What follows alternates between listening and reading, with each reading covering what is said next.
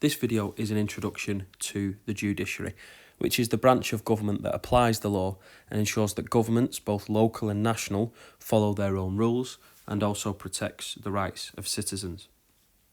You can see two symbols there. On the left, we see Lady Justice, and there are three key features to Lady Justice, which are important metaphorically.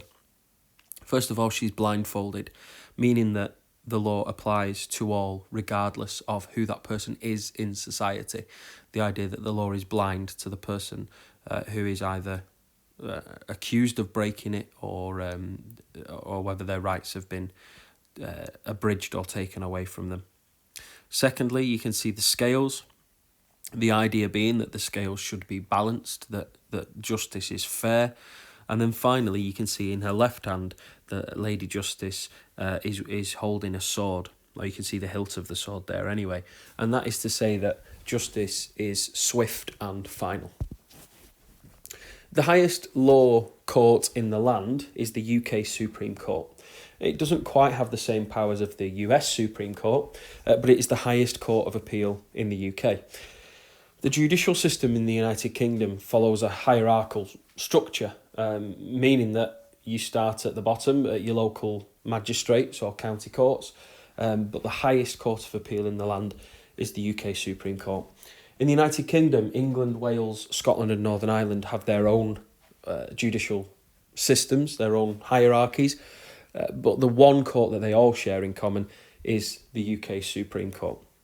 And you can see in the symbology of the logo the four nations of the United Kingdom represented. You can see the rose representing England back from the Tudor period. To the right of the rose, you can see the leaves of the leek representing Wales. In the bottom left, you can see the thistle to represent Scotland. And then bottom right, the blue flower is a flax flower representing the linen industry of Northern Ireland.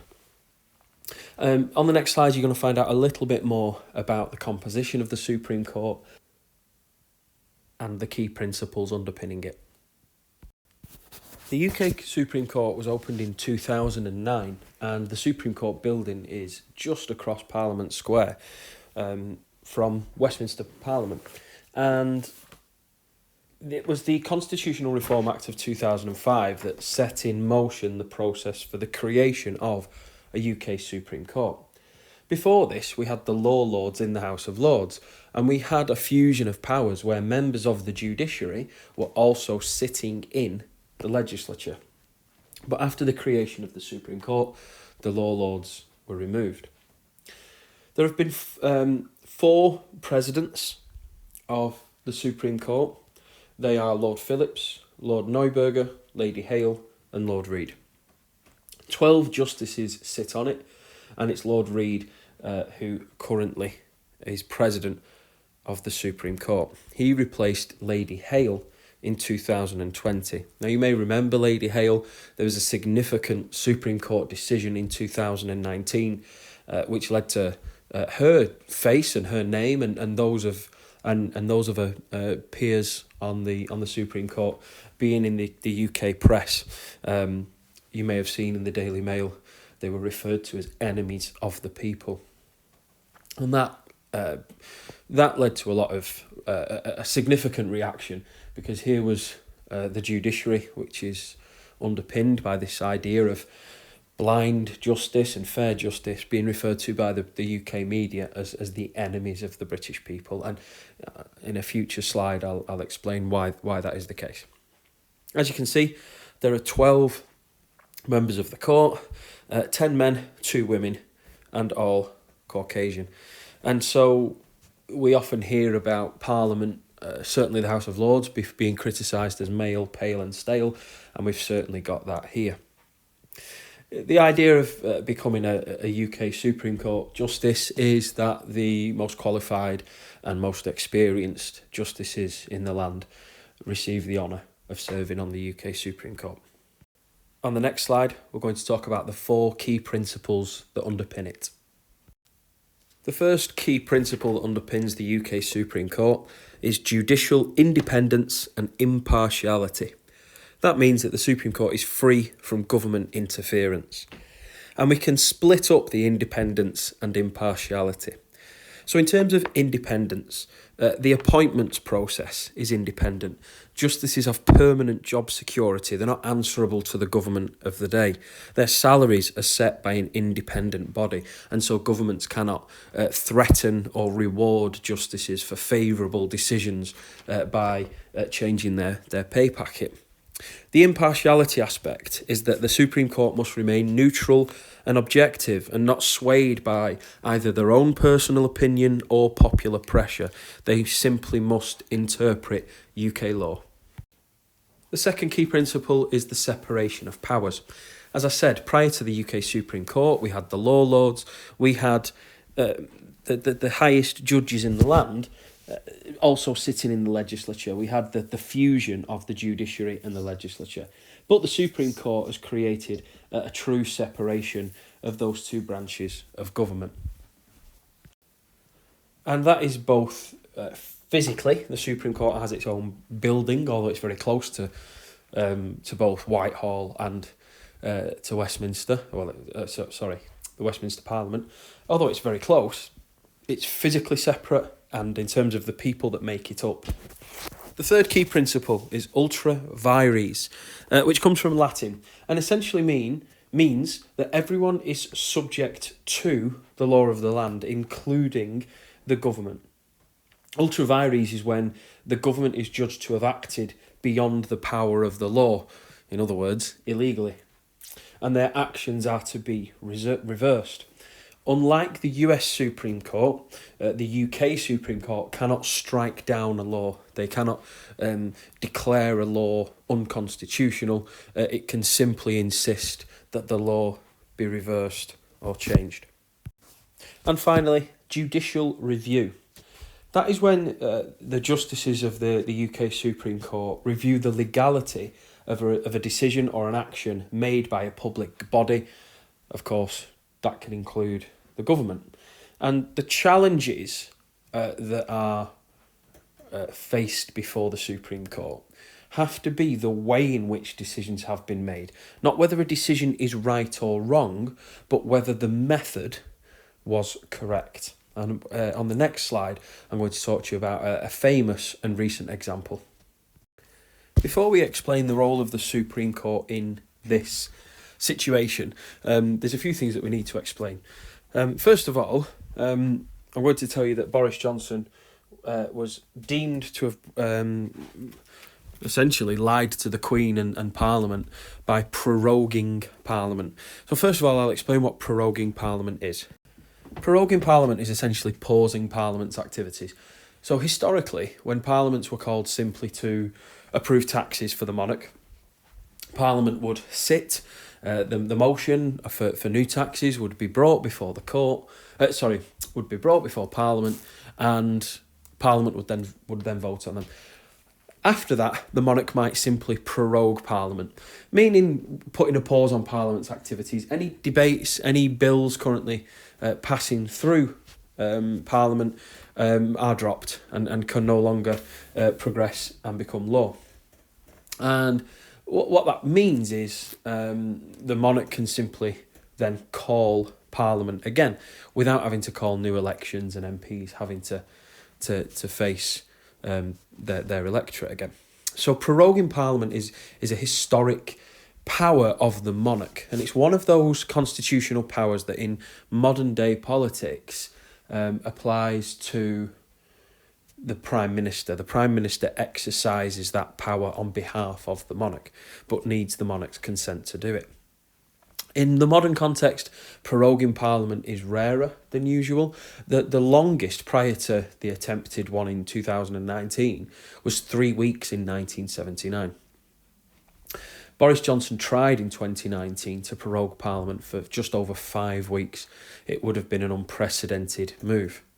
And the reason for that is Brexit. Surprise, surprise. Now, upon becoming Prime Minister, Boris Johnson's approach was essentially Brexit, by hell or high water.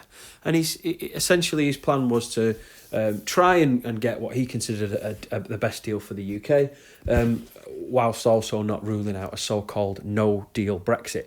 And that was due to happen on the 31st of October 2019.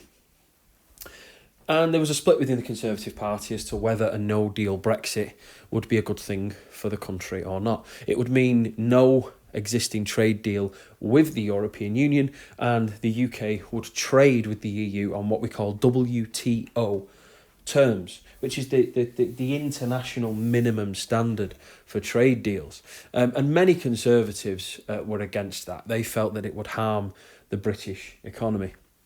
And so one anti-no-deal Conservative, Oliver Letwin, tried to promote a bill in Parliament to avoid a no-deal Brexit scenario. The 22 MPs, Letwin and 21 of his peers, that supported that motion was suspended from the party. And there was also a defection of one Conservative to the Lib Dems. And what that meant, the suspension of those 22 rebels against Boris Johnson's crusade for Brexit by hell or high water, what it meant was that the Conservatives lost their majority in Parliament. And as a result of that, not having a working majority in Parliament essentially meant that Parliament could, in theory, pass legislation to delay the Brexit process. And that was what Letwin had tried to do. He tried to extend the Brexit deadline, which Boris Johnson at this time was unwilling to do. And so what happens is when the Queen's at Balmoral, Jacob Rees-Mogg, the leader of the House of Commons, and other high-profile members of the Privy Council, go to the Queen and request her consent for Parliament to be prorogued. And the Queen gives her consent. And so, on the 10th of September 2019, Parliament was prorogued. And as government MPs left the chamber after that decision was announced to the House, opposition MPs shouted "shame on you" at the government MPs that had supported this motion. And the prorogation of Parliament was immediately met with protest on the streets and challenge in the courts. And those court challenges make their way to the UK Supreme Court, because that is the final and highest court of appeal in the land. And this UK Supreme Court, led by Lady Hale, in a unanimous 12-0 decision, decided that Prime Minister Boris Johnson had acted unlawfully in proroguing Parliament. Lady Hale said that the prorogation of Parliament was done to frustrate, with the aim of frustrating or preventing the ability of Parliament to carry out its constitutional functions. And so what the Supreme Court judged is that the Prime Minister had prorogued Parliament because it had become an annoyance to his aims. Not because there was good reason to do so, but used as a tool to achieve what he wanted. And in that case, students of A-level history in the girls' division will see some parallels with the tension between Charles I and Parliament prior to the prior to the British Civil Wars, and how Parliament was dismissed and prorogued at the whim of the monarch.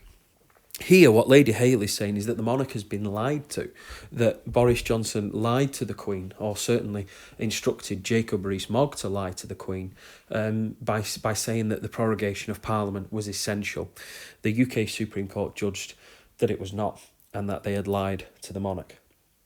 And this was the first time that the UK Supreme Court had judged a case where the Prime Minister's use of the monarch's prerogative powers had been brought into question, and they judged in the end that was unlawfully so. And that led to a huge reaction in the newspapers and with the British electorate. So you can see there the London Evening Standard, guilty. The Guardian, remember the Guardian was quite left-leaning and certainly pro-Remain. led with he misled the Queen, the people and Parliament. The Mirror, also anti-Boris Johnson, anti-Conservative. Boris lied to the Queen, whereas the Metro went with another fine mess. The right-wing press, the Daily Mail, the Sun, were more sympathetic with the aims of Boris Johnson. And one thing you can see here is that we can see a clear correlation of how somebody voted in the Brexit referendum and whether they felt that Boris Johnson was right to do what he wanted. So you can see there that a clear majority, a 20%, a clear plurality, 20% of voters believed that were more likely to believe that the prorogation of Parliament in 2019 was unacceptable, 47% to 27%. But you can see with Remain voters, a huge amount thought that it was unacceptable, whereas when you look at Leave voters were 2 to 1 more likely to say that it was acceptable. And so as with everything in British politics post-Brexit, this was seen through the lens of what side am I on? Those who were in favour of leaving the European Union were happy for Boris Johnson to act in the way that he did in order for Brexit to happen. Whereas Remain voters were overwhelmingly concerned with the abuse of power of the executive in order for the Brexit process to take place.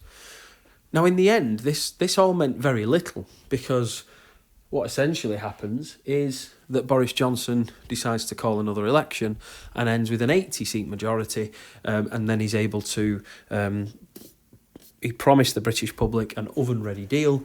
He's able to sort of begin afresh negotiations with the European Union as a result of that election and that 80-seat Tory majority.